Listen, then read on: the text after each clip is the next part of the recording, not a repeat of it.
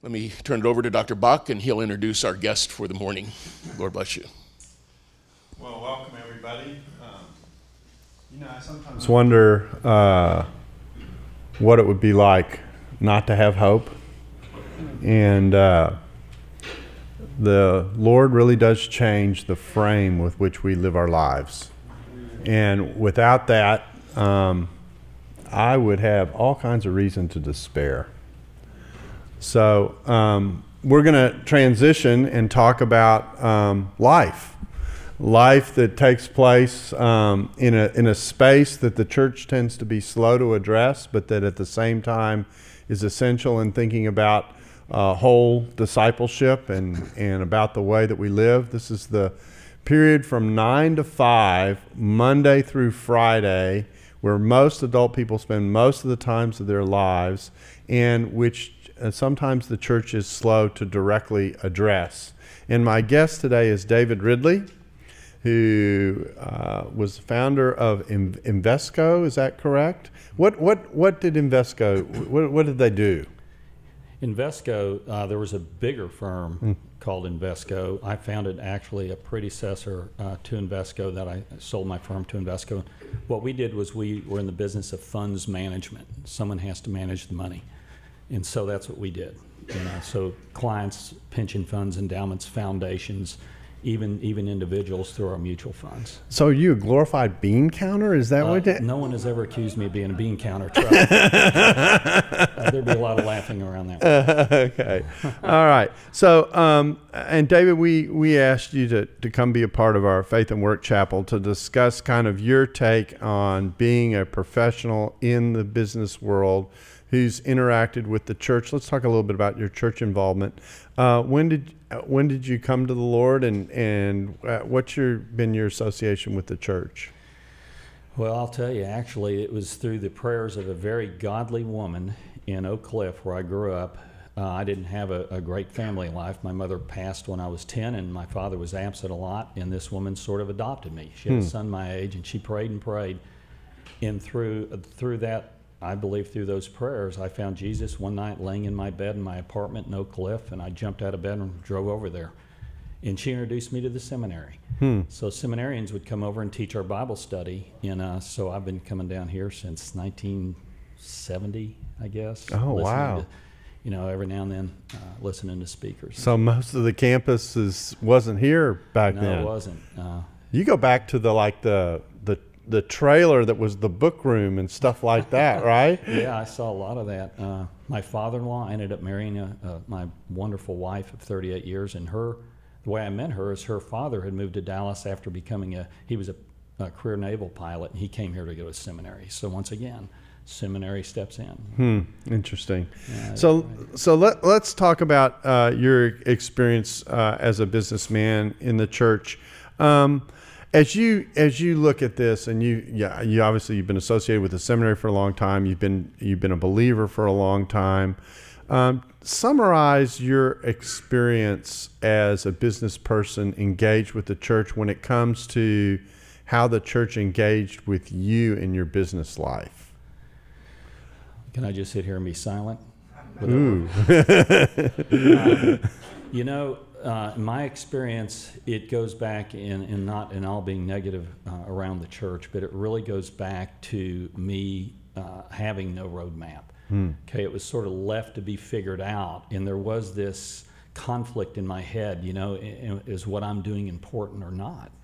And maybe I should be in the ministry, because obviously, if I was a godly person, I would get in the ministry. And I think there's a huge need for pastors to encourage, their parishioners to get into the workplace, and that's probably the biggest mission field in the world is the workplace, as you mentioned.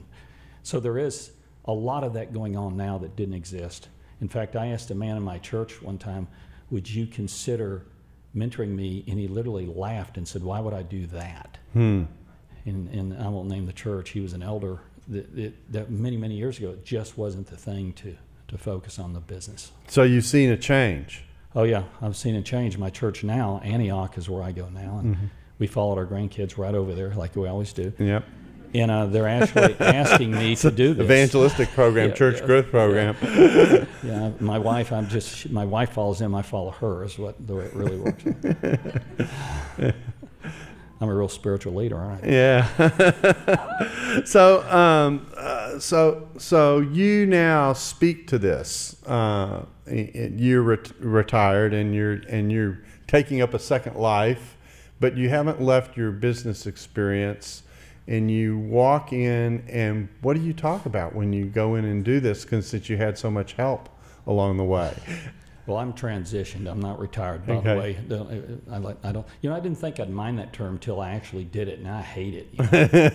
But I am transitioned, and it's funny. God, and I don't want to sound cliche-ish here, but God took me on a journey. There are now books written about these things, and I just laugh when I read them because I watched how God took us and just formed us and taught us those things. Now, I was in Germany recently reading this book, and I was just laughing. I thought this guy was sitting in our meetings.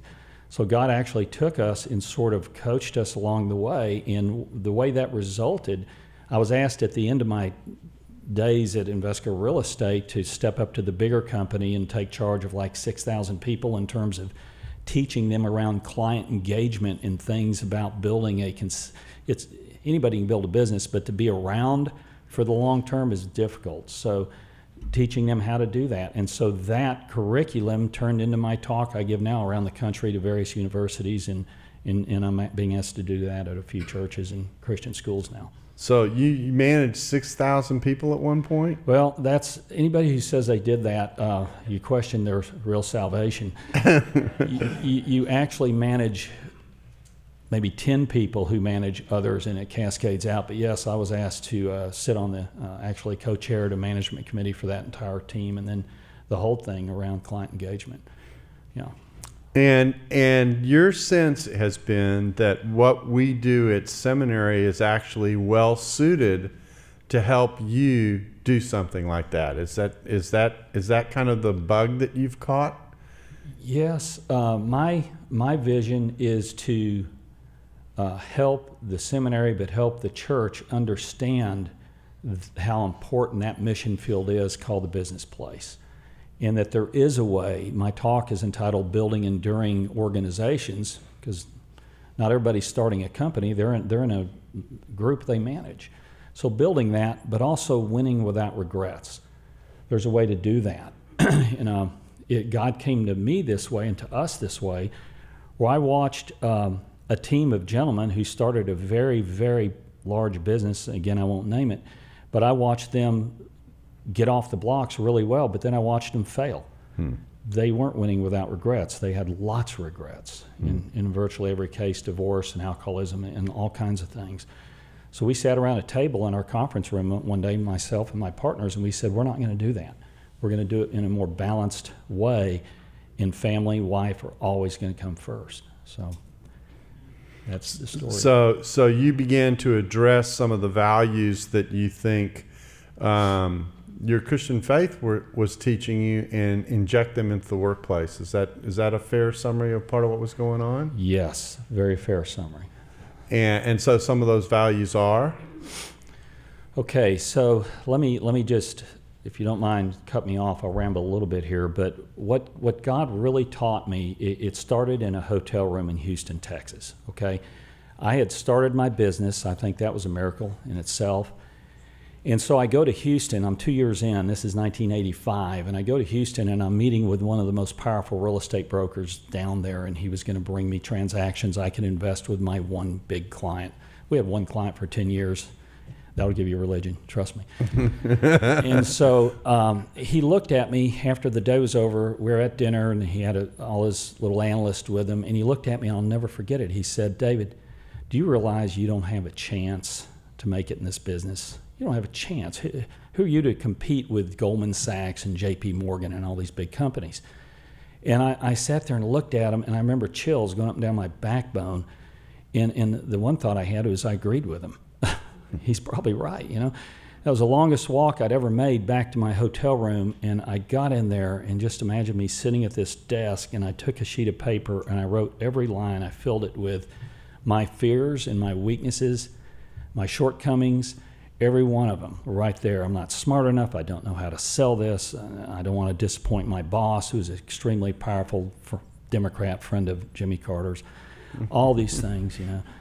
And I disappointed him every day, I guess. But so I just took that list and I just got on my knees with it, and I just gave my entire company to Christ. And I said, if you will please move me out of this. I remember wanting to call my old boss and get my old job back, but I said, if you'll just move me out of this, but if I'm going to stay in this, you be CEO, I'll just be the door guy. I don't care what I do. And I'm telling you, that night was a transition point. I went to work, walked through Bryan Tower, the halls of Bryan Tower, downtown Dallas, and I was so relieved. I didn't care what my boss thought anymore. I wanted to please him. No more pressure. Creativity returned. That was the beginning of the point in time when I knew that I didn't own it anymore. It was him. And the amazing things that started was I started meeting these new people who I couldn't hire the right people, who are still my partners. I retired with them. I mean, that's a God thing. So over time, again, I didn't have a book to read, but slice by slice, I started learning. And what I learned was there are certain health factors. If you really want to build a great, enduring business, it's really about your health. All about your health. And I can now name some books you can go read, which are incredible books. And the factors that make that up are things like a values-driven culture, which actually sits on top of many other things that have to be right. There may be 100, but you have to get several of them right. Those are things like a team-based ethos, low ego, humility, all these kinds of things, very understandable direction, empowerment, how you measure things. All these things are what people are designed to want to do. And we got those right at Invesco, and we never lost a partner, never lost a client. It was a supernatural thing. So people wanted to work there. It became the Invesco family. And we grew globally. You know, we ended up managing $75 billion around the world and number 5 in our space. And I can take no credit for it. And it came through, and just think, how do you love people in the business place? In my opinion, you love them through creating a healthy environment. And sure, I've sat on the couch and cried with one of my guys and his wife because we thought he was going to die of cancer. Those things happen, but the day-to-day environment, it's about having a healthy environment at work, the day-to-day loving people. And I always thought about it, God commanded us to love God with all your heart, soul, and mind, but love others as yourself. There's a lot in that last one. And I happened to work for a real bad guy my first 5 years out of college, so I knew what the other side looked like. And so you're in the midst of going through this, you're wrestling with this, you're wrestling this as a believer, and you're struggling to find help. And yet if a pastor or someone had reached out to you, you would have gone there in a nanosecond, right? In a nanosecond. If they could have talked about that human equation and how to apply God's love in the business place. So what I want you to talk to us about now is, so we've got people here who are training for future ministry, and we're going to have them well trained about, you know, how to teach the word, and here's the content of the Bible, and, you know, all very essential stuff. It's stuff that also you're looking to hear from them. But what else can they do that would be a help to someone who was in your position? What advice would you give them as to how to connect with the business person? I think inadvertently the message can be sent that if you're not in vocational Christian work, then you're kind of a step down. I think it needs to be sent, not a discouragement, even if it's a subtle discouragement, but actually a vociferous encouragement to get out there. That's your marketplace. That's where you're needed. That's where your gifting is. Mm-hmm. I wasn't gifted to be a pastor or in a lay ministry. So I think just going out and really encouraging your folks to get out there and do it right. A lot of pastors they haven't ever really been in business other than maybe summer jobs or whatever. So get involved with some of your folks. Go to work with them sometimes. See what they're doing. Listen really closely. you all are all brilliant people, and you'll pick up on it really, really well and start feeling the pain that's out there, because it's a messy, messy environment, as I know the church is too in many ways, but it's a messy, hurtful environment. So to understand that more and encourage them and get people into and I'm seeing more of this faith and work environment where churches are getting their pastors to speak to it, get folks into those kinds of programs. So they'll have a game plan. Coach Tom Landry, I'll never forget, he said, these guys finally learn how to play football, then they retire. And that's a little bit how I feel about myself. I finally kind of figured it out, and it was time to transition. I think it can be very powerful if you get to the folks while they're young and they're wanting it. It'd be great. So I find that one of the things that gets in the way of building these relationships is, if I can say it this way, and I'll let you elaborate, the pastor is intimidated by the businessman, and the businessman is intimidated by the pastor. And so that gets in the way of their connecting. How do you break that down? And we're all intimidated by our wives, so that's how that works. Honestly, I haven't seen that. Probably not, because my pastor is just attacking me around the idea of doing this for them, and not only for the business people, but for the church staff. So the situation has completely changed from where it was when you started. Yeah, I'm maybe God put me in a place where that's not happening. I'm sure it happens, but I think that leadership always is, I don't care if there's 10 people under you or 50,000, it always starts with the leader. So if your pastor is not seeing that vision, you need to be praying for him and talking to him about it, because without it, it won't happen. But let me just remind you, we have the mic set up as we normally do, so if you have a question for David, do feel free to step to the mic and talk about this. So what are you doing now? Talk us a little bit about what you're doing now. Well, it's funny, Candy and I took the opportunity to travel. American Airlines told me I've gone around the world 360 times and to the moon and back 38 times. So you would think that's the last thing I want to do is travel, but Candy did. So we spent 2 years going around the world, spoke in China 10 times. It was just a lot of fun. We had offices there, and it was fun. But the time came when the Holy Spirit talked to both of us and said, okay, that's enough. That was fun, but that's enough. It's time to plant yourself so that you can start seeing the traction that you need to get in your lifetime work or ministry. And so we did, and it's just been incredible. Every day lunch is full for 2 or 3 weeks, being approached by several ministries, and various things are coming about. So I'm hoping I don't mess it up. I'm hoping that I can develop. I've got a really good talk, I think, but now I need to develop deep dives into some of these topics. So I'm looking, I've got some things, but I'm looking for more meat there. And God willing, He'll introduce me to some audiences, and we can slowly iterate this into this work or faith and work. And as I told you, I didn't even know what faith and work was when I met you. I just started learning there is a movement. I was too busy working to really know that.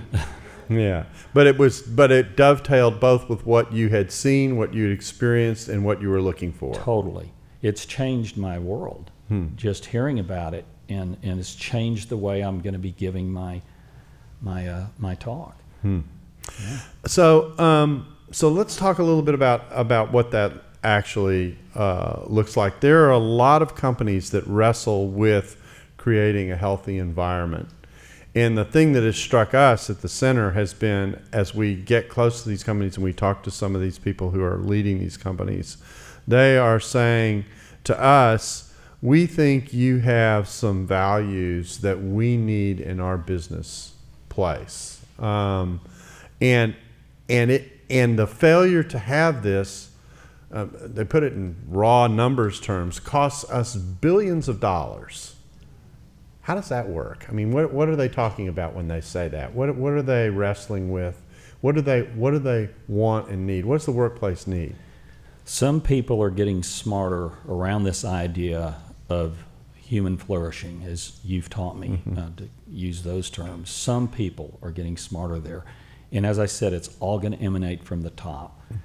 So if those folks are getting this vision, they're starting to ask questions. How can I get this advantage? This is probably the biggest single advantage today that successful companies can still tap, and it's getting it right around their human resources.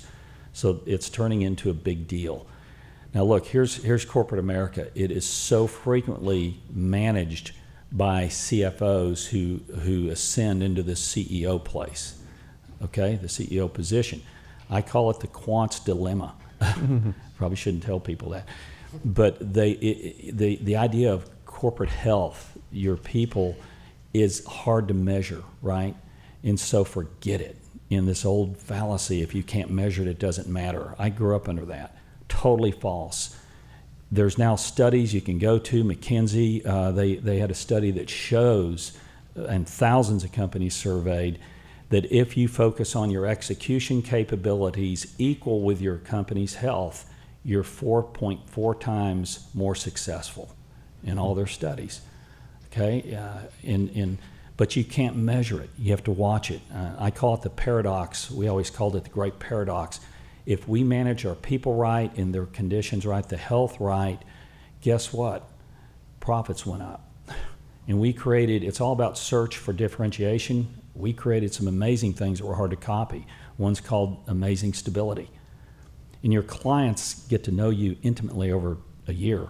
So they talk to your admins, they talk to everybody, and everybody tells the same story. So that's what they're seeing. How these bean counters measure it, I have no clue. Mm-hmm. But I've read books on it, and it's really fascinating to see the difference. The way I measured it is people want to work there, and when we had the family feel.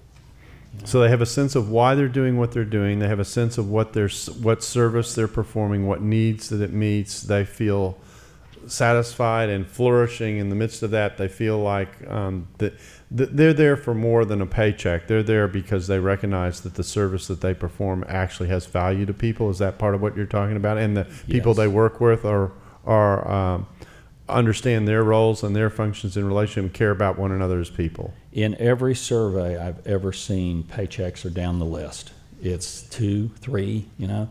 It's liking who you work with and feeling like there's a purpose and you feel good about it. And I can tell you, there's not any people out here as old as me, but when you start to retire, now that I'm retired, the most important legacy I have is what we did together as a team. And man, do I wish I could have done some things different now, having the hindsight there. So it's huge. You know? Okay, we've got some people on the mics, and this is the South. Ladies go first. Go ahead. I was waiting a long time. It doesn't matter. So I had the question, when I was towards the end of coming here to seminary, so this last year, my company was implementing a lot of programs. So there was a shift in leadership. And in fact, the CEO of the company is a believer. He went to church with me, loves the Lord. And so it's a big company. And what I saw was that there was an attempt to put out new values into the company, you know, talking a lot about integrity and about cooperation and so on and so forth. But one of the things I observed, which I thought was interesting, is that we had and this is an example, but we had a system whereby people could say, send you an electronic thank you or, you know, appreciation for some work on a team that they, you know, if we had a project to get out or whatever. And I knew that it existed. I think everyone did. I typically, you know, managed my relationships personally, so a thank you and so on and so forth. But HR came one day and said, look, we want you to know that, you know, by the way, not only can you do this, but when you do this, then management sees that you're a team player. And I promise you, within like 2 days, I got like 3 electronic thank yous from people. Thanks, Trish, for this, you know, leading on this team or for blah, blah, blah. And I was like, it's funny. Like I felt that what we were doing was a kind of behavioral training that was like putting on values that weren't necessarily real to the people. And so I watched that last, you know, year and a half of interaction as all of these programs were coming down, and I thought, how do you make this stick? Because it's like sort of putting sticky notes of pretense, like this is what we are like, but I'm like, But underneath, it was like the same, aggressive ambition. We're all gonna to make sure that we're, it's all at play. I'm like, none of that changed. You better measure it. Right. We had good, smart, measurable goals. But anyways, point being, I was just curious as to how do you build that into the company really so that it's something that's real and it's not something that's just we're all wearing T-shirts of sweetness but underneath we're kind of. I haven't had a better question than that in all the universities I've been to, including Stanford, including Georgetown, Texas. I want to really compliment you. What a great question. Okay, here it is. It's easier to build when it's new. Like I started with myself in an admin, and so over time we evolved to this. But when you have a company that's really kind of broken and it's a big company, it's harder. But here's the problem. The very top person who really has maybe 8 people, I don't know, reporting to him all the way down, it has to be truly authentic or it will not work. So the CEO that gets up and spouts these words that are, you've come up with, and everybody there knows it's just words. It has to be authentic. That person has to model true humility and has to model vulnerability, or it won't work. And it has to, and just remember that A word, authenticity. They will know. People get to know you very well over the course of a year, and you may go 30 years with them. So that's the number one thing to make it stick. And when we were building our values, we had to spend a lot of time thinking, okay, that's what the book would tell us to say, but that's just not real to our heart. Here's what's real. So we went with what was real to us. And so our value prop, out of 8 things, 7 had to do with health. 1 was we had a great research group that had a unique process. Only 1 of them was technical. And I'm hearing between the lines of that businesses tend to function with an eye, obviously, on how they perform, how they execute. But what you're talking about here it impacts execution, but it has nothing to do with execution. It has to do with relating to people. Amen. That's right. You say it absolutely right, and it's like that great paradox I mentioned. Guess what? You do that right, your profits grow. Yeah. Everybody's happy, including your stockholders. But we had this big argument when I was first sold our firm to Invesco, and I would sit in these meetings, and this guy was talking about the number one constituency is our stockholders. I'd say, no. And I thought, I must be missing something. Your number one group is your people, your employees. You get them right, then your customers are really happy because you have great people who are working with you and are stable, and then your stockholders benefit. So, I mean, this is crucially important because what you do is you get to know the people that you work with as people. You care about them as people. You care about them in their families, in their life. You don't just see them as a lens through which to perform a task. That's right. The first thing I did when we were starting our business in '83 is I studied Southwest Airlines, not to give them free advertising here. But why did people want to work there?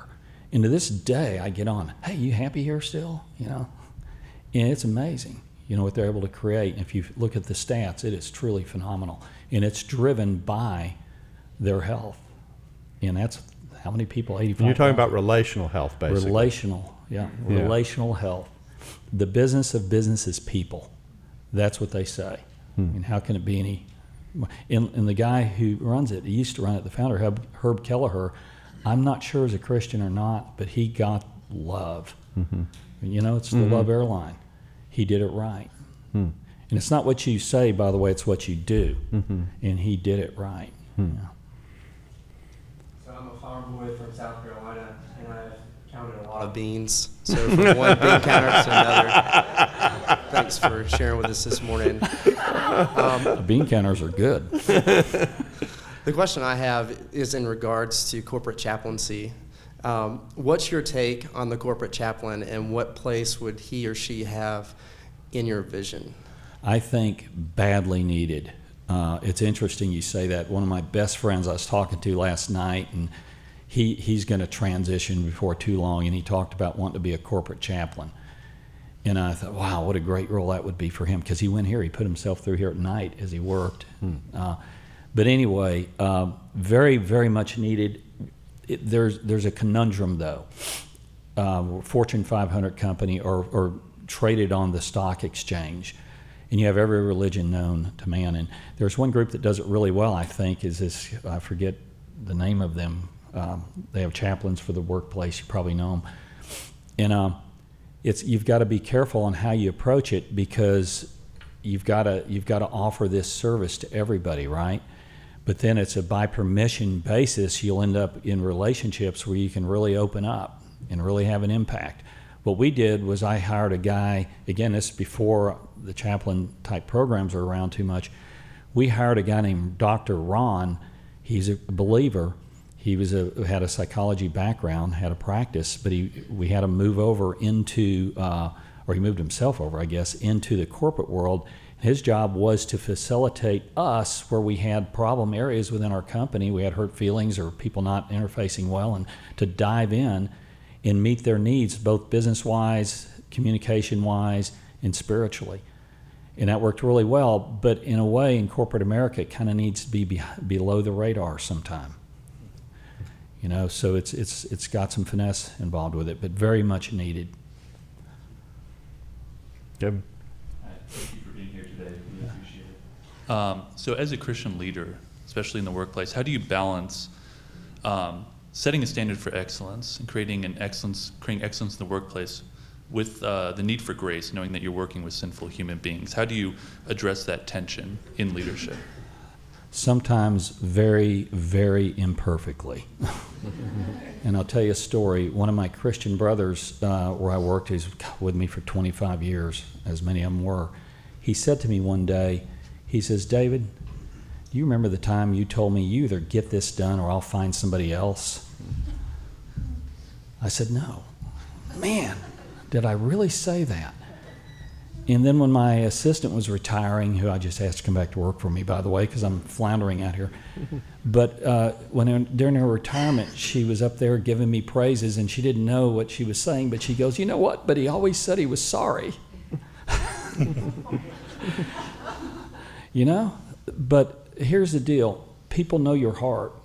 They know your heart. They know who you are. And so everybody knew my heart and how much I loved them. But we had a burning desire to win. We're created to win, right? We're created to have fun and trust God, and we enjoy winning. You know, we don't want to lose. So you've got to work hard. And there's a whole topic on family balance or work balance we don't have time to go into, but we wanted to win. When I do my college talks, I always start off by saying, "Hey, raise your hands if you like to lose." And I said, because we're going to form the losers club right after the talk outside, and we need a head, you know. So to win, there's fires in your belly. We're all broken. That's something else I'd always say at meetings. Who's not broken in here, you know?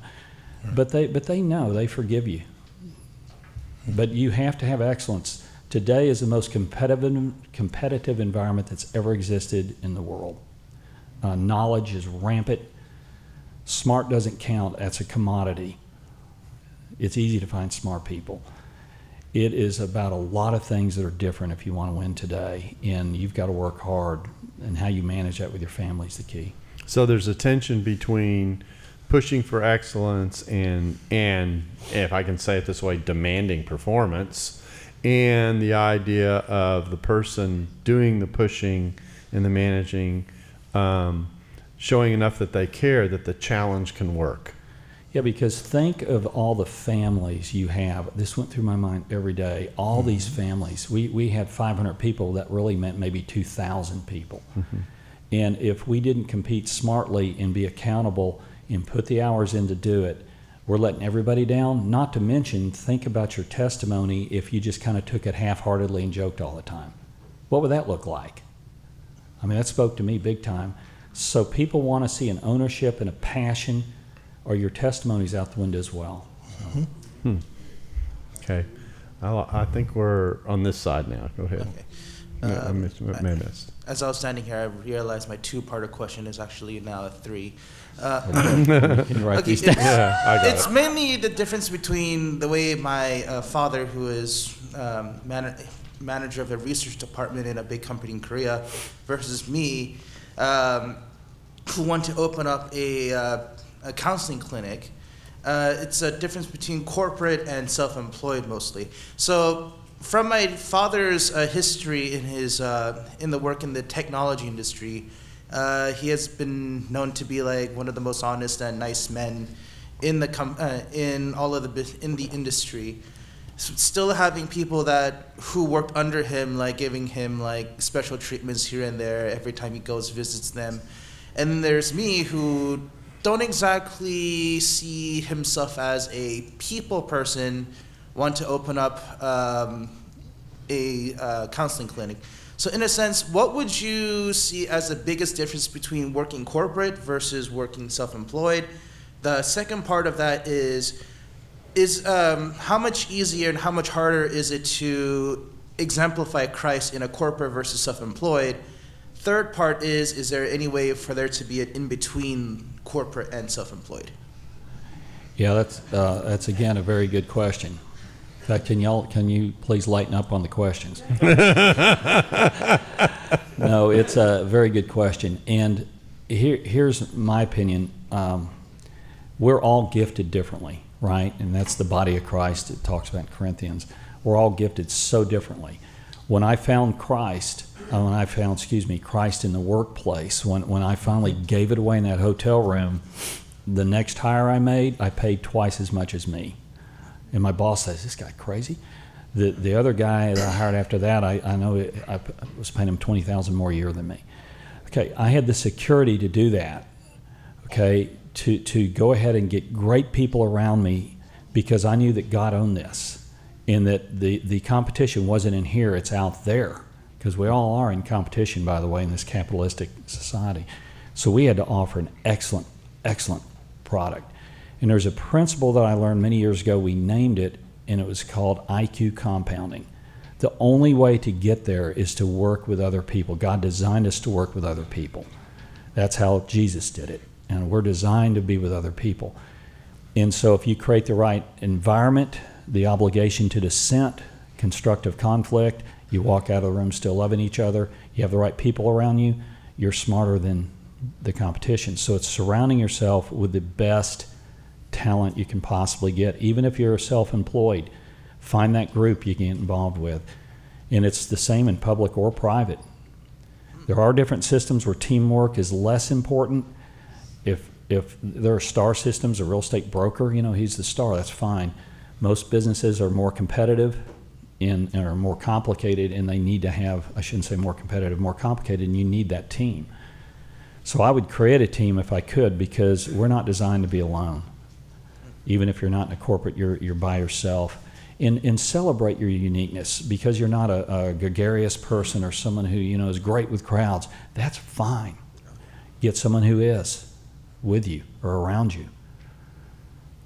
But just celebrate who you are. Yeah, and I hope you're hearing that some of the skills that are being required that we're talking about here are skills that also work and function in building communities in churches and that kind of thing. There are things that pastors and businessmen can share in their interaction with each other as they're each trying to serve people in the space where they have them. And I hope you're also hearing that there is a ministerial heart that is in the businessman that can be tapped and nurtured by the pastor. Okay, here. Hi, thank you for being here today. I've had the great joy of working in several different corporate environments. I've had the chance to work in a retail environment, work in like a call center environment. In my experience in retail, give you a quick story. We had 8 supervisors in this particular store. 7 of them were Christians at that, and they were seminary students. They were going to that one in Fort Worth, that other seminary you probably heard of. However, with that same team of supervisors, with men and women who were seeking to be led by the Lord, our store was #1 in the nation for 9 months straight. In that time, we saw people led to Christ, like on the floor of the manager's booth in my store, by my buddy Bart, who was a great evangelist. What I found working in that environment was being a good nurturing team leader and having a high standard of excellence opened the door to witness. Not just down into my employees, which we did, but also up into the higher corporate structure. So my question in all of that is, have you seen that opportunity to share Christ with those above and below in the workplace? And how do you do that? When I did that 15 years ago, or 12 years ago, it's very different than the corporate mindset that exists now with there seems to be a hostility to Christianity. I worked at a large insurance company. It was not safe to be a believer working there. Where 6 years before, at a store in Fort Worth, I had complete freedom to talk about Christ. Maybe to speak to some of that difference, maybe what you've seen that's changed, and how can we learn to be good, impart our church members and ourselves to be good persons in that kind of environment? And sorry, that question's heavy. I know you wanted lighter ones. You're testing me here. No, another great question. In fact, this conversation I had last night with this friend of mine, seminarian at night and working full time, he said, you know what, we're talking about being this very topic, he says, if I'm too overt, I'll get fired, point blank. So it has gotten much more hostile. But here's the way I see it, and I know that there's a lot of talk, and I've learned to call it by permission. But you can imagine as a founder and a CEO of a business how I could just trample somebody, got them cornered on an airplane, start witnessing to them. It has to be a God deal where because of who you are, they want to know more. And sometimes it may not come to a direct witnessing of Christ. It's not exactly, you don't get to that point, but you get far enough and someone else harvests it. So it is truly, in the corporate world today, it can happen, but it's got to be by permission, and God will tell you when it's right, and he has to attract them anyway, as it says. So we need to relax about that and just let it happen. Now, I will tell you, over time, some of my most rewarding things are when I've had people come to me and tell me how much they were influenced by me. One young guy I invited to go to a Bible study. He was my second employee, played for SMU. He was 90% deaf, interesting guy. And brilliant. And I invited him to this Bible study I'd started downtown. And he looks at me and says, "Boy, golly, you don't bring religion into the workplace." And he's looking down at me. He's 6'6", and I'm looking up. And years later, he comes up to me and hugs me, and he's just this vibrant Christian.